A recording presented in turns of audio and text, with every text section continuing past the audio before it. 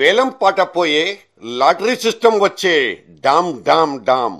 మీకోసమే మేమున్నామంటూ మందు సమస్య మీద ముందుకొచ్చిన సర్కార్ సంస్కరించడం కాదు, సంక్లిష్టపరచడానికే ప్రయత్నిస్తోందా? మనకు తెలిసినంత వరకు రిఫార్మ్స్ అంటే రిస్కును తగ్గించేవనే అర్థం.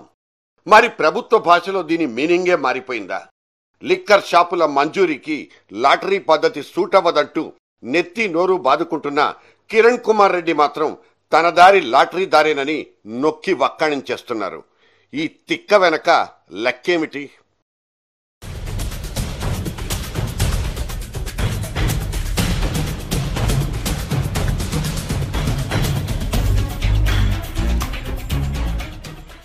విధానాలు 1000 మారినా లక్ష్యం మాత్రం ఒక్కటే. రాబడిని ఇబ్బడి ముబ్బడిగా పెంచుకోవడం. మందు బాటిళ్లు, వాటి మీద ఎంఆర్పి లేబుళ్లు పుట్టినప్పటి నుంచి ప్రభుత్వం చేస్తోంది. ఒక పెట్టుబడి లేని సుఖవంతమైన లాభసాటి వ్యాపారం. ఈ ఓసీ రెవెన్యూ అనేది ప్రతి వార్షిక బడ్జెట్కు 25,000 కోట్లకు తగ్గదుగాక తగ్గదు. కాకపోతే ఈ మధ్యలో గండి కొట్టే సిండికేట్లనబడే మధ్యస్థ మనుషుల వల్లే ఇవాళ సిస్టమ్ పూర్తిగా బ్రేక్ అయిపోయింది.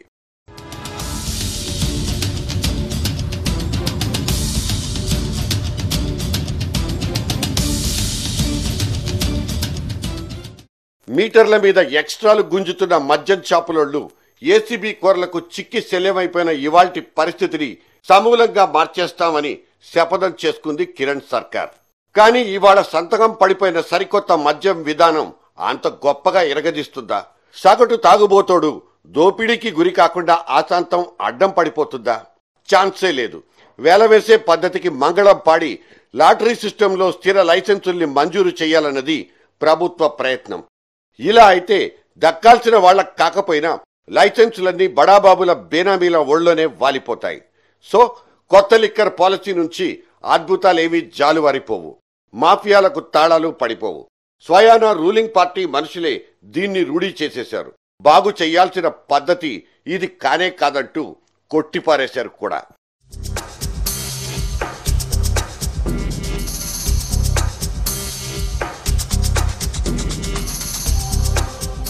ఇవాళ ఏసీబీకి చేతి నిండా పనే. సిండికేట్ల తోళ్లు వలిచి డోళ్లు కట్టడానికి వాళ్ల పుణ్యకాలమంతా గడిచిపోయేటట్లుంది. లిక్కర్ బిజినెస్ కు చాటుమాటున ఒక మాఫియా దాక్కున్నట్లు సర్కారుకు మొన్న పొద్దునే సడన్ గా జ్ఞానోదయమైంది. ఇదిగిదిగో సిండికేట్ల రొచ్చంటూ చాంతాడంత లిస్టుల్ని బయటికి తెచ్చి సంచలనం సృష్టించుకుంది. మరి ఏసీబీని మాత్రం తన పని తాను చేసుకోనిచ్చిందా? అదీ లేదు. దానికున్న విశేషాధికారాల్ని లాగి బొడ్లో దోపుకుని ట్రాన్స్ఫర్లు, ప్రమోషన్ల ఎక్స్పెరిమెంట్లతో రోడ్డు మీదకెక్కేసింది రాష్ట్ర సర్కార్. కట్ చేస్తే ఇవాళ ఏసీబీ మళ్లీ జూలు విధిల్చినట్లు సౌండ్లు వస్తున్నాయి. సాక్షాత్తు ఎమ్మెల్యేల్నే జైలుకు తోలుకొస్తోంది ఏసీబీ కొరడ. ఈ సిండికేట్ల మురికి ఎవ్వరికీ అతీతం కాదు. జర్నలిస్టులకు, చివరకు మచ్చలే ఎరుగని కమ్యూనిస్టు పార్టీలకు కూడా.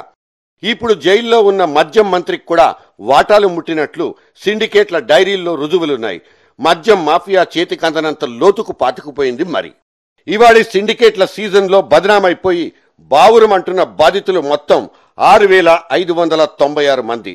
లిక్కర్ షాపు ఓనర్లైనంత మాత్రాన వీళ్లంతా మనుషులు కాకుండా పోరు. లెక్క ప్రకారం వాళ్ల సంక్షేమానికి కూడా సర్కారే చూసుకోవాలి. వాళ్ల వ్యాపారాల మీద దెబ్బ కొట్టి దివాలా తీస్తామంటే అది దగాకోరుతనమే అవుతుంది. సిండికేట్లతో టచింగ్ లేకుండా ఒక్క బాటిల్ కూడా అమ్ముకోలేవు. మీరు రాసిచ్చిన ఎంఆర్పి లేబుళ్ల ప్రకారమే అమ్ముకుంటే అర్ధనా కూడా మిగిలి చావదు. ఇన్కమ్ ట్యాక్స్ రిటర్న్ తో పాటు అన్నిటికీ జవాబు చెప్పుకోవడం అంటే అది ఉరితాళ్లకు వేలాడ్డమే తప్ప ఇంకోటి కాదు. పట్టుమని 10,000 జనం లేని ఊరికి 20 లక్షల పైగా పోసి లైసెన్స్ కొనుక్కోవలసిన పరిస్థితి. లిక్కర్ బిజినెస్ అంటే అది బ్లేడిచ్చి గుండు గొరిగించుకోవడమేనంటూ చిన్న పెద్ద లిక్కర్ మహారాజులంతా ఏడుపు లంకించుకుంటున్నారు.